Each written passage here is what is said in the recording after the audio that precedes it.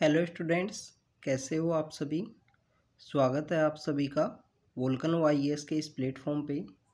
Students, अगर हम बात करें इस लेक्चर की तो ये लेक्चर हमारा डेली क्विज का डिस्कशन लेक्चर है, जिसके अंदर हम आपको क्वेश्चंस देते हैं, उनका यहाँ पे डिस्कशन किया जाता है। तो स्टूडेंट्स, आज का जो डिस्कशन है उसे स्टार्ट करते हैं। बट आप स्टार्ट करने से पहले आप देखिए स्टूडेंट्स, आज की जो डेट है वो 7 नवंबर है। तो समय किस तरीके से हमारा जो एग्ज़ाम है वो हमको अप्रोच कर रहा है, तो इसके साथ हमको हमारी जो प्रिपरेशन है उसको भी स्पीड अप करने की ज़रूरत है। उसको हमको काफ़ी अच्छे तरीके से और कांस्टेंट वे में रिवीजन की भी ज़रूरत है। तो ये सब आप अपनी प्रिपरेशन के अंदर लेके आइए और अपनी पढ़ाई को काफ़ी अच्छे सीरियस वे में कीजिए, जिससे आपको जो एग्जामिनेशन के प्रोसेस है इसके अंदर, प्रीलिम्स के अंदर स्पेशली हेल्प मिले। इसी के लिए डेली क्विज की जाती है कि रेगुलरली आप टच बना रहे आपका एमसीक्यूज से। इसके अलावा आपको कुछ ना कुछ नया सीखने को लिए मिले यहाँ पे। तो स्टूडेंट्स, आज का जो क्विज का डिस्कशन है उसे स्टार्ट करते हैं। सबसे पहले अगर हम बात करें स्टूडेंट्स, आज के क्विज के अंदर जो क्वेश्चंस दिए गए हैं ये बेसिकली कुछ प्रीवियस क्विज से रिलेटेड भी हैं। आपका जो रिवीजन है वो बना रहे उसलिए। इसके अलावा ये क्वेश्चंस हमारा आज जो संकल्प एक हमारा मेंटरशिप इनिशिएटिव है, तो उसके जो क्वेश्चंस हैं वो यहाँ से बिलोंग हैं। ये पांचों क्वेश्चंस बेसिकली मेंटरशिप के टेस्ट के अंदर थे, तो इस वजह से यहाँ पूछे गए हैं। तो स्टूडेंट, सबसे पहले अगर हम बात करें, first question is about the Negev desert से रिलेटेड है। और यहाँ पे पूछा गया है जो नागेव डेजर्ट है ये काफ़ी बार न्यूज़ के अंदर होता है, तो ये कौन से कंट्री के अंदर ये लोकेटेड है। स्टूडेंट्स, सबसे पहले आप देखिए कि इस तरीके के जो क्वेश्चंस हैं वो आपको स्टेट पीसीएस के एग्ज़ाम के अंदर काफ़ी ज़्यादा देखने के लिए मिलेंगे। इवन यूपीएससी के अंदर भी लोकेशन बेस, वर्ल्ड के अंदर जो लोकेशन बेस्ड क्वेश्चंस होते हैं, एक या दो क्वेश्चन आपको हर साल यहाँ पे आपको देखने को मिलेगा। हर साल एक या दो क्वेश्चन ज़रूर होते हैं पेपर के अंदर में जो लोकेशन के ऊपर बेस होते हैं। इसके बारे में आपको पता होना चाहिए। अगर हम बात करें नागेव डेजर्ट की, तो ये सदर्न इजराइल के अंदर लोकेटेड है। तो इजराइल का जो सदर्न पार्ट है वहाँ पे ये जो डेजर्ट है वो लोकेटेड है। स्टूडेंट्स, हमें इजराइल के बारे में पता है कि जो मैक्सिमम एरिया है वो एरिड एरिया है उसका, बट फिर भी वहाँ पे जो टेक्नोलॉजी है, इस तरीके से वहाँ के जो लोग हैं वो टेक्नोलॉजी का यूज़ करते हैं, जिससे हमको देखने को मिलता है कि वहाँ पे बेसिकली एरिड एरिया होने की वजह से, वाटर का डेफिसिट होने के बाद में भी वहाँ पे जो एग्रीकल्चर का जो प्रोडक्शन है वो काफ़ी अच्छी क्वांटिटी में है, वो हमको वहाँ पे देखने को मिलता है। इसके अलावा डिफेंस सेक्टर में इजराइल है उसका कोई सानी नहीं है, किस तरीके से इजराइल ने अपने आप को रिफॉर्म किया है। स्टूडेंट्स, यहाँ पे अगर हम बात करें नेगेव डेजर्ट की, नेगेव डेजर्ट बेसिकली जो सनाई पेनिनसुला है और जॉर्डन रिवर है उससे यहाँ पे बाउंडेड है। जॉर्डन रिवर इसको यहाँ पे बाउंड करती है। जॉर्डन रिवर के बारे में आपको पता होना चाहिए कि जॉर्डन रिवर बेसिकली इजराइल और पैलेस्टाइन के बीच में फ़्लो करती है और काफ़ी इंपॉर्टेंट रिवर है, तो उसके बारे में भी आपको पता होना चाहिए। जैसे आप देखिए कि अभी रिसेंटली इजराइल के साथ में जो डिप्लोमेटिक जो रिलेशंस हैं वो इस्टेब्लिश करने के लिए जो मिडिल ईस्ट के कंट्रीज़ हैं उन्होंने अब्राहम अकॉर्ड साइन किया था 2020 के अंदर में। तो 2020 के समय में जो अकॉर्ड साइन किया गया, वहाँ पे बेसिकली ये था कि जो वेस्ट बैंक का एक हिस्सा है, वहाँ इजराइल जो जॉर्डन रिवर है वहाँ पे लोकेटेड है वेस्ट बैंक। तो वेस्ट बैंक का जो हिस्सा था उसको इजराइल वहाँ पे अनेक्स नहीं करेगा। तो इस वजह से जो इजराइल है उसकी जहाँ पे जो लोकेशन है वो काफ़ी ज़्यादा इम्पोर्टेंट है। आपको मैप के अंदर जाके ज़रूर देखनी चाहिए कि इजराइल की लोकेशन कहाँ है, क्या क्या इम्पोर्टेंट एरिया हैं, क्योंकि यूपीएससी ने 2015 के समय में क्वेश्चन पूछा है यहाँ से इजराइल से। वहाँ पे इन्होंने पूछा है कि जो गोलन हाइट्स हैं, जो गोलन हाइट्स हैं ये कहाँ पे लोकेटेड हैं। तो ये 2015 के समय में क्वेश्चन पूछा गया था। तो नागेव डेजर्ट से भी पूछा जा सकता है, या किसी दूसरे कंट्री के अंदर जो भी जो इम्पोर्टेंट एरिया है, जोग्राफिकल एरिया है वो सिचुएटेड है, तो उससे रिलेटेड क्वेश्चंस के लिए आपको हमेशा प्रिपेयर होना चाहिए। तो स्टूडेंट्स, नागेव डेजर्ट की अगर हम बात करें तो इजराइल के अंदर लोकेटेड है। स्टूडेंट्स, यहाँ पे जो सेकंड क्वेश्चन है इसके अंदर पूछा गया है कि हमारा जो आसाम स्टेट है, जो असम का जो स्टेट है, असम के अंदर में यहाँ पे जो प्रोटेक्टेड एरिया हैं, उनके जो नेशनल पार्क हैं, उनको यहाँ पे अरेंज करना है ईस्ट से वेस्ट की तरफ में। तो सबसे पहले आपको आसाम के अंदर पता होना चाहिए कि कितने वहाँ पे नेशनल पार्क हैं। तो 2021 के समय में जो लेटेस्ट नेशनल पार्क वहाँ पे ऐड किया गया, रायमोना नेशनल पार्क, जो सबसे, अगर हम बात करें, जो सबसे वेस्ट के अंदर में सिचुएटेड है आसाम के अंदर में। स्टूडेंट्स, आसाम का मैप कुछ इस तरीके से है और यहाँ पे जो बेसिकली ब्रह्मपुत्रा रिवर है जो फ्लो करती है, आप देखिए कि सबसे वेस्ट में यहाँ पे जो सिचुएटेड है वो आपको रायमोना दिखाई देगा। रायमोना के जस्ट नियर बाई यहाँ पे जो सिचुएटेड है वो है मानस नाम का नेशनल पार्क है। और मानस नेशनल पार्क का आपको पता होना चाहिए, जो भूटान का एरिया है, भूटान के साथ में अपनी बाउंड्री शेयर करता है। और हमारे इंडिया की तरफ तो मानस है, अगर हम बात करें भूटान की, तो भूटान में आपको रॉयल मानस नाम का नेशनल पार्क है वो वहाँ पे दिखाई देगा। इसके अलावा आप देखिए कि ओरांग है, ओरांग यहाँ पे सिचुएटेड है, नामेरी यहाँ पे सिचुएटेड है। और अगर हम बात करें जो ब्रह्मपुत्रा रिवर है इसके सदर्न में जो सिचुएटेड है ये है काजीरंगा। इसके अलावा स्टूडेंट्स यहाँ पे जो दिहिंग पटकाई है, डिब्रू सिकोवा है, दिहिंग पटकाई और डिब्रू सिकोवा नाम के नेशनल पार्क हैं यहाँ पे। तो ये बेसिकली यहाँ पे अरेंजमेंट है। 7 नेशनल पार्क हैं। सबसे ज़्यादा नेशनल पार्क कहाँ पे पाए जाते हैं इसके बारे में आप कमेंट सेक्शन के अंदर बताना कि कौन सी ऐसी यूटी है या स्टेट है जिसके अंदर हाईएस्ट नेशनल पार्क हैं। आप इसके बारे में ज़रूर से बताना। यूटी को भी आप कंसर्न करना, यूटी को भी बारे में भी आप सोचना। आप देखिए कि काफ़ी यूटीज़ ऐसी हैं, यूनियन टेरिटरी, जहाँ पे नेशनल पार्क्स हैं, तो उसके बारे में भी आपको पता होना चाहिए कि अंडमान के अंदर हैं या लक्षद्वीप के अंदर हैं या जम्मू एंड कश्मीर के अंदर हैं या लद्दाख के अंदर हैं, तो कहाँ हैं सबसे ज़्यादा नेशनल पार्क, या मध्य प्रदेश के अंदर हैं। अगर हम स्टेट्स की बात करें तो यूटीज़ में कहाँ नेशनल पार्क हैं या स्टेट के अंदर हैं, हाईएस्ट नेशनल पार्क इंडिया के अंदर किसी एक स्टेट के अंदर पाए जाते हैं, तो आप कमेंट सेक्शन के अंदर बताओगे इसके बारे में। अगर हम क्वेश्चन की बात करें तो आप देखिए दिहिंग पटकाई की बात की गई है, तो ये सबसे यहाँ पे सबसे ईस्ट के अंदर में आएगा। तो सबसे पहले अगर किसी क्वेश्चन के अंदर किया गया है तो फर्स्ट के अंदर और ए और सी के अंदर यहाँ पे रखा गया है। सेकंड हमको देखने को मिलेगा, हमको ईस्ट से वेस्ट की तरफ में चलना है, तो सेकंड यहाँ पे काजीरंगा है, तो सेकंड इज द 3, तो सी यहाँ पे आंसर होगा। फिर मानस है, फिर रायमोना है। तो इस तरीके से ये जो नेशनल पार्क हैं उनको अरेंज किया गया है। टोटल 7 नेशनल पार्क हैं आसाम के अंदर में। अगर हम बात करें आसाम की तो स्टूडेंट्स वहाँ पे वाइल्ड लाइफ का प्रोटेक्शन से रिलेटेड आप देखिए कि 1 हॉर्न राइनो जो मेजरली आसाम के अंदर पाया जाता है, और स्पेशली अगर हम बात करें काजीरंगा है, मानस है, ओरांग है, ये कुछ ऐसे एरियाज़ हैं जहाँ पे वो पाया जाता है। 1 हॉर्न राइनो है। इसके अलावा आप देखिए कि और भी बहुत सारे वहाँ पे जानवर हैं, पक्षी हैं, वो पाए जाते हैं। और हमारा नॉर्थ ईस्ट का तो काफ़ी ज़्यादा इम्पोर्टेंस है।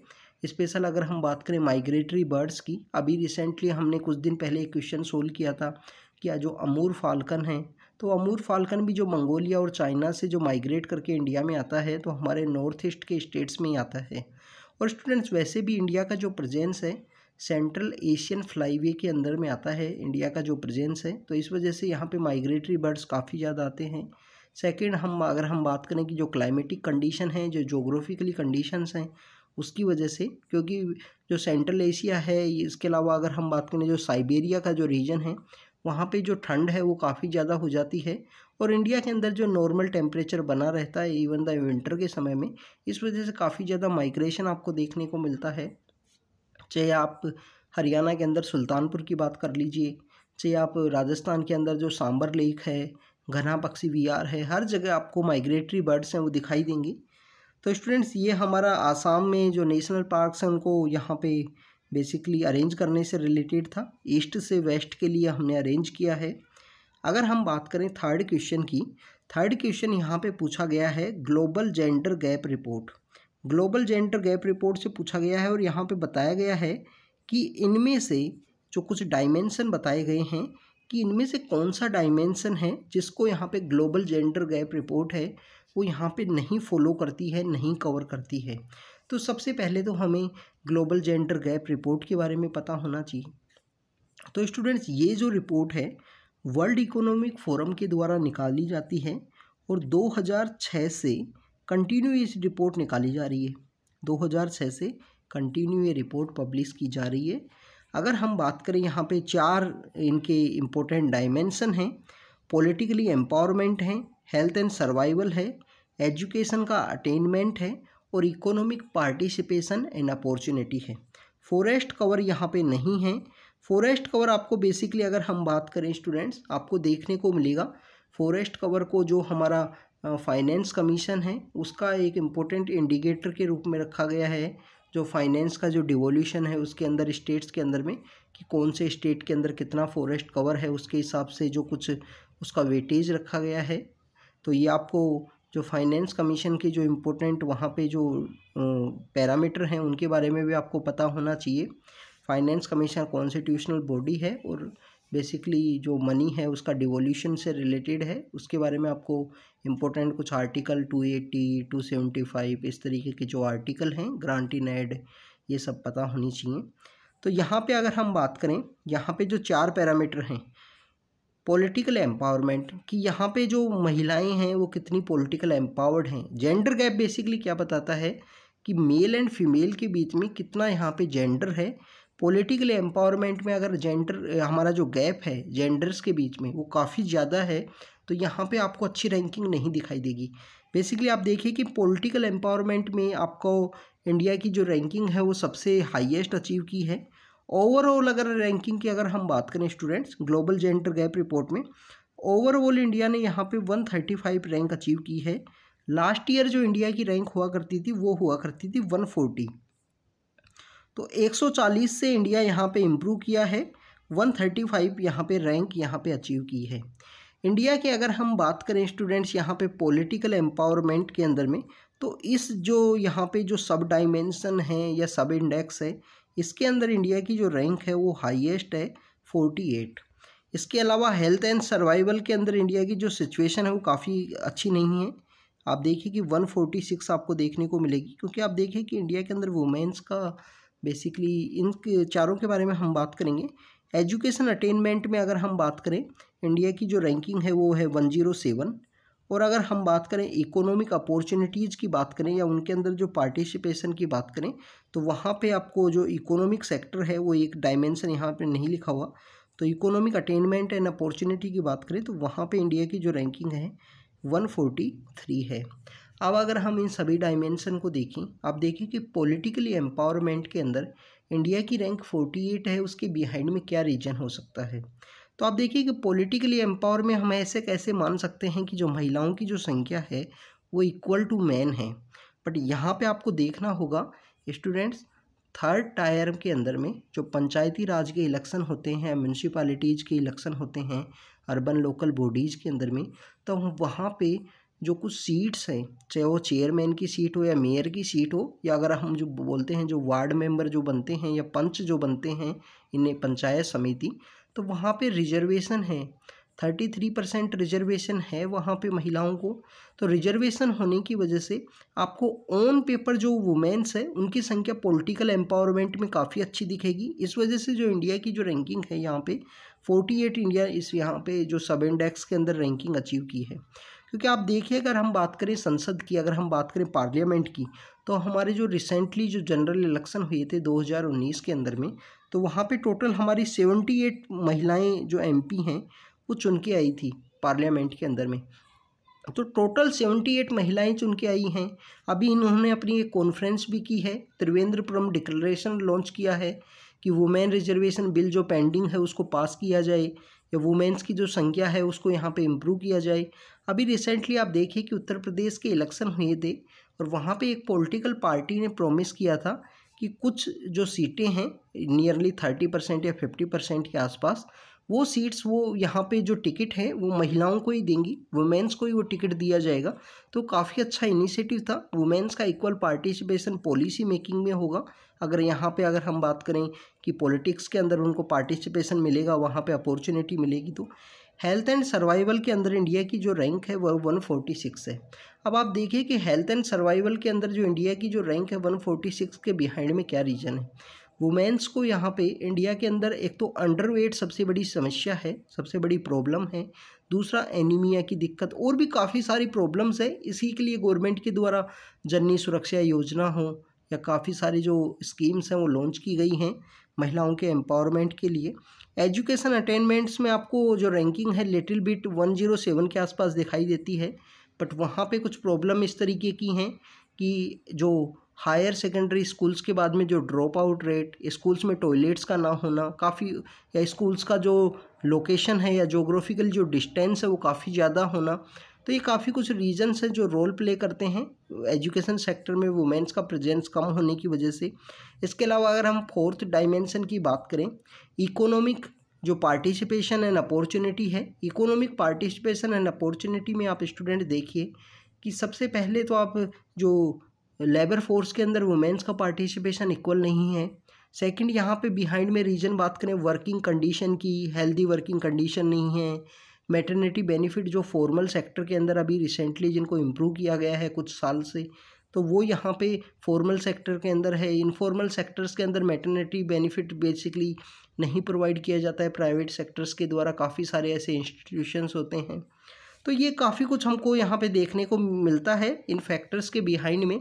इनसे रिलेटेड हम ये जो रिपोर्ट हैं और रिपोर्ट के जो सब इंडेक्स हैं और इनको किस तरीके से एक्सप्लेन किया है, इनको सब के बारे में हमने काफ़ी बार डिस्कस किया है।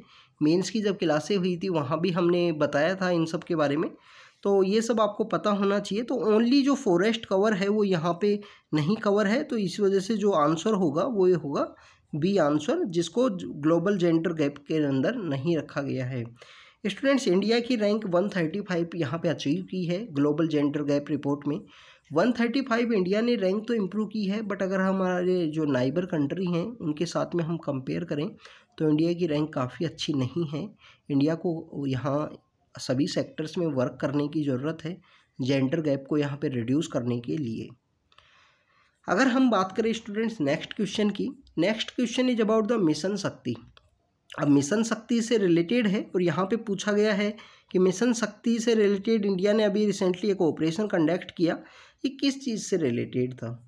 तो स्टूडेंट्स, इंडिया फोर्थ कंट्री बना 2019 के समय, मार्च में 2019 के मार्च में फोर्थ कंट्री बनता है जिसने एंटी सैटेलाइट वेपन है, एंटी सैटेलाइट जो वेपन है उसको डेवलप किया।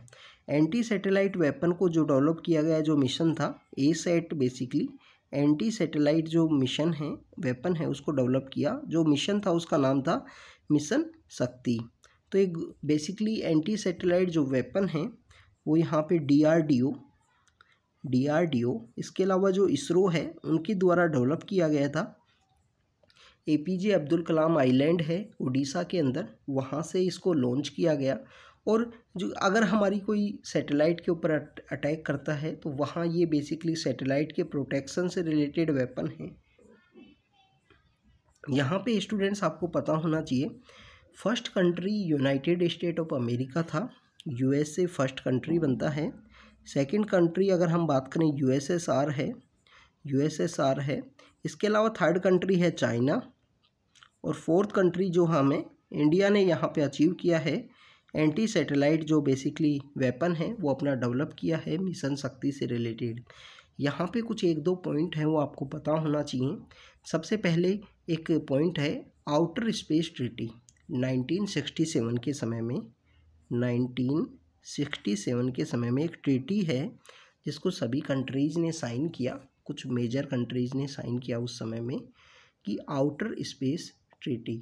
आउटर स्पेस ट्रीटी में क्या बात की जाती है स्टूडेंट्स, कि जो आउटर स्पेस है उसका पीसफुल यूज़ किया जाएगा, वहाँ पे किसी भी तरीके से कंपटीशन नहीं किया जाएगा।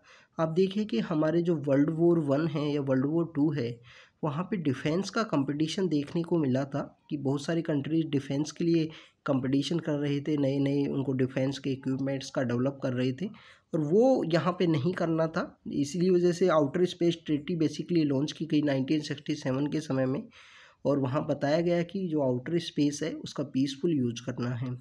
इसके अलावा आपको यहाँ पता होना चाहिए कि जब भी एंटी सैटेलाइट यहाँ कुछ तरीके से कोलिजन होता है तो वहाँ पे डेब्रीज वहाँ पे प्रोड्यूस होती हैं स्पेस के अंदर में।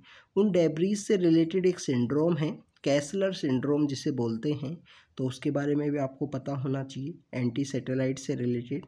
तो ये यहाँ पे कुछ बातें हैं। एंटी सैटेलाइट जो टेस्ट है वो किया गया मिशन शक्ति के थ्रू। आपको आउटर स्पेस ट्रीटी के बारे में आपको रीड करना है और आपको यहाँ पे रीड करना है जो कैसलर सिंड्रोम है, जो डेब्रीज प्रेजेंस होती हैं, डेब्रीज की जो प्रेजेंस देखने को मिलती है हमको जो हमारे स्पेस के अंदर में, तो उसके बारे में आपको पता होना चाहिए। स्टूडेंट्स, अगर हम बात करें नेक्स्ट क्वेश्चन की, तो यहाँ पे जो आंसर है वो ए आंसर है, मिशन शक्ति से रिलेटेड ए आंसर है। अगर हम बात करें नेक्स्ट क्वेश्चन की, next question is about the Buddhist council से रिलेटेड है और यहाँ पे पूछा गया है बुद्धिस्ट काउंसिल में उसके जो पैट्रॉन हैं वो कौन रहे हैं। तो स्टूडेंट्स, ये जो 4 बुद्धिस्ट काउंसिल हैं, चारों आपको याद होनी चाहिए, पैट्रॉन्स आपको याद होने चाहिए, प्रिसाइड किसने किया ये भी याद होना चाहिए। इवन आपको ये भी याद होना चाहिए कि जो बेसिकली पैट्रॉन्स हैं वो कौन सी डायनेस्टी से बिलोंग किया करते थे, क्योंकि ये सब काफ़ी कॉमन चीज़ें हैं और याद करने की हैं। इसमें हार्डवर्क चाहिए, आपको याद करना है, समझने का इतना ज़्यादा कुछ है नहीं। लिटिल बिट आप अंडरस्टैंड कर सकते हो उस समय में क्या रीज़न था, क्या क्या उसके आउटकम निकले, सोसाइटी के अंदर क्या चेंज आ रहा था, ये सब आपको थोड़ा अंडरस्टैंड करने की ज़रूरत है। सबसे पहले हम बात करें, हम चारों यहाँ पे काउंसिल्स के बारे में देखते हैं। सबसे पहले हम बात करें फर्स्ट बुद्धिस्ट काउंसिल की। फर्स्ट बुद्धिस्ट काउंसिल बेसिकली अगर हम बात करें फर्स्ट बुद्धिस्ट काउंसिल का जो लोकेशन है, सबसे पहले तो आपको ये पता होना चाहिए राजगृह वो जगह है जहाँ पे ये जो फर्स्ट बुद्धिस्ट काउंसिल है वो यहाँ पे आयोजित की जाती है। काउंसिल के जो पैट्रॉन थे वो थे अजातशत्रु जो कि हर्यनिका डायनेस्टी से बिलोंग किया करते थे। अजातशत्रु इसके पैट्रॉन थे और ये बेसिकली कहाँ पे आयोजित की गई, राजगृह नाम की जो जगह है वहाँ पे आयोजित की गई। और ये अजातशत्रु हैं वो हर्यनिका जो डायनेस्टी है उससे बिलोंग किया करते थे। अब यहाँ पे इन्होंने तो पैट्रॉन किया, लोकेशन हुआ, बट काउंसिल को जो प्रिसाइड करते हैं वो एक अलग होते हैं। प्रिसाइड किया गया महाकश्यपा के द्वारा यहाँ पे फर्स्ट बुद्धिस्ट काउंसिल को प्रिसाइड किया जाता है। फिर बात करते हैं हम सेकंड बुद्धिस्ट काउंसिल की। ये जो सेकंड बुद्धिस्ट काउंसिल है ये हमको देखने को मिलती है वैशाली के अंदर में। और इस काउंसिल को जो यहाँ पे बेसिकली पैट्रॉन थे वो थे यहाँ पे काल अशोक इस सेकंड बुद्धिस्ट काउंसिल के बेसिकली पैट्रॉन थे। इसके अलावा इसको जो प्रिसाइड करते हैं वो करते हैं सभाकामी इसको प्रिसाइड करते हैं। और जो हम बात करें कि जो काल अशोक यहाँ पे बिलोंग किया करते थे शिशुनागा डायनेस्टी से बिलोंग किया करते थे। स्टूडेंट, थर्ड इम्पोर्टेंट यहाँ पे आती है, बेसिकली ये पाटलिपुत्रा के अंदर होती है और इसको अशोक यहाँ पे पैट्रॉन करते हैं इस थर्ड बुद्धिस्ट काउंसिल को। और थर्ड बुद्धिस्ट काउंसिल के जो अशोक यहाँ पे पैट्रॉन करते हैं ये मौर्य डायनेस्टी से बिलोंग करते हैं, ये तो आपको पता होगा। और अगर हम बात करें इस जो बेसिकली थर्ड बुद्धिस्ट काउंसिल है, जैसे फर्स्ट बुद्धिस्ट काउंसिल को जो प्रिसाइड किए थे वो महाकश्यपा थे, सेकंड को जो किए उनका नाम था सभाकामी। अगर हम थर्ड की बात करें तो वो हमको मोगालीपट्टू तिस्सा यहाँ पे देखने को मिलते हैं, वो उन्होंने थर्ड बुद्धिस्ट काउंसिल को प्रिसाइड किया। फोर्थ बुद्धिस्ट काउंसिल की अगर हम बात करें स्टूडेंट्स, ये कश्मीर के अंदर होती है और इसको कनिष्क नाम के जो राजा होते हैं जो कुषाण डायनेस्टी से बिलोंग किया करते थे, जिन्होंने कश्मीर के अंदर रूल किया है। तो कनिष्क बेसिकली वहाँ पे फोर्थ बुद्धिस्ट काउंसिल के यहाँ पैट्रॉन थे। फोर्थ बुद्धिस्ट काउंसिल को यहाँ पे जो प्रिसाइड किया था वो वासुमित्रा ने किया था और आशु घोषा उसके डिप्टी प्रेसिडेंट होते हैं उस मीटिंग के। आशु घोषा वही पर्सन हैं जिन्होंने बुद्धा चरित्रा नाम की जो बुक है वो लिखी थी, जिसके बारे में भी अभी हमने कुछ दिन पहले डिस्कस किया था। बुद्धा चरित्रा जो किताब है वो आशु घोषा के द्वारा लिखी गई थी, जो डिप्टी प्रिसाइडिंग ऑफिसर थे फोर्थ बुद्धिस्ट काउंसिल के। फोर्थ बुद्धिस्ट काउंसिल के प्रिसाइडिंग ऑफिसर हैं वासुमित्रा। तो इन सब के बारे में आपको पता होना चाहिए। तो आप देखिए कि फर्स्ट बुद्धिस्ट काउंसिल में अशोक की बात की गई है, अशोक यहाँ पे थर्ड बुद्धिस्ट काउंसिल से हैं। थर्ड बुद्धिस्ट काउंसिल में यहाँ कनिष्का की बात की है, कनिष्क यहाँ पे आपको फोर्थ बुद्धिस्ट काउंसिल के पैट्रॉन मिलेंगे। और फोर्थ बुद्धिस्ट काउंसिल में महाकश्यपा की बात की गई है। महाकश्यपा आपको पहली बुद्धिस्ट काउंसिल जो राजगृह के अंदर हुई थी उसके प्रिसाइडिंग ऑफिसर थे, पैट्रॉन नहीं थे। तो यहाँ पे तीनों के तीनों इनकरेक्ट हैं। तो यहाँ पे जो आंसर होगा वो होगा डी आंसर। अब यहाँ पे एक इम्पोर्टेंट बात ये है स्टूडेंट्स कि यूपीएससी इस तरीके से जो मैच द कॉलम पूछा है 2022 के पेपर में पहली बार कि 1 है तो यहाँ पे एलिमिनेट नहीं कर सकते आप, 1 पेयर 2 पेयर 3 पेयर इस तरीके से क्वेश्चंस पूछे गए हैं। तो यहाँ पे प्योरली जो नॉलेज है उसका एप्लीकेशन है। एलिमिनेशन कॉन्सेप्ट यहाँ पे एलिमिनेट हो गया है, एलिमिनेशन कॉन्सेप्ट ही एलिमिनेट हो गया है यहाँ पे। तो आपको नॉलेज होनी चाहिए। और आप देखिए इस पर काफ़ी बेसिक क्वेश्चन, हिस्ट्री से रिलेटेड क्वेश्चंस काफ़ी पूछे गए हैं मैच द कॉलम में। आप 2022 का पेपर देखोगे तो आपको देखने को मिलेगा। तो स्टूडेंट्स आज की क्विज में हमने बुद्धिस्ट काउंसिल के बारे में देखा। हमने यहाँ पे मिशन शक्ति जो एंटी सैटेलाइट टेस्ट है, एंटी सैटेलाइट वेपन है, उससे रिलेटेड है, जो इंडिया 4th कंट्री बना है यहाँ पे डेवलप करने में। यहाँ पे हमने जो जेंडर गैप रिपोर्ट है उसके जो 4 पैरामीटर हैं उनके बारे में देखा। फॉरेस्ट कवर जो बेसिकली फाइनेंस कमीशन के द्वारा यूज किया जाता है, और फाइनेंस कमीशन जो बेसिकली टैक्स का डिवोल्यूशन, ग्रांट इन एड, इन सब के लिए रिलेटेड है, काफ़ी ज़्यादा इंपॉर्टेंट है, कॉन्स्टिट्यूशनल बॉडी है आर्टिकल 280 के थ्रू। और हमने जो नेशनल पार्क हैं, आसाम के जो 7 नेशनल पार्क्स हैं उनको अरेंज किया। सबसे वेस्ट में अगर हम बात करें रायमोना है, सबसे ईस्ट में है दिहिंग पटकाई और डिब्रू सिकोवा आपको देखने को मिलेंगे। नागेव डेजर्ट के बारे में देखा जो इजराइल के अंदर लोकेटेड है। तो स्टूडेंट्स आप कंटिन्यू हार्ड वर्क कीजिए, जो भी इंफॉर्मेशन मिल रही है नोट डाउन कीजिए, रिवीजन कीजिए, रेगुलरली बने रहिए अपनी पढ़ाई के अंदर। नवंबर का मंथ आ चुका है, विंटर से स्टार्ट होने वाली हैं, अच्छे से हार्ड वर्क कीजिए। कुछ समय की बात है, अगर हार्ड वर्क करोगे तो उसका रिजल्ट आपको ज़रूर मिलेगा। Thank you students, thank you very much.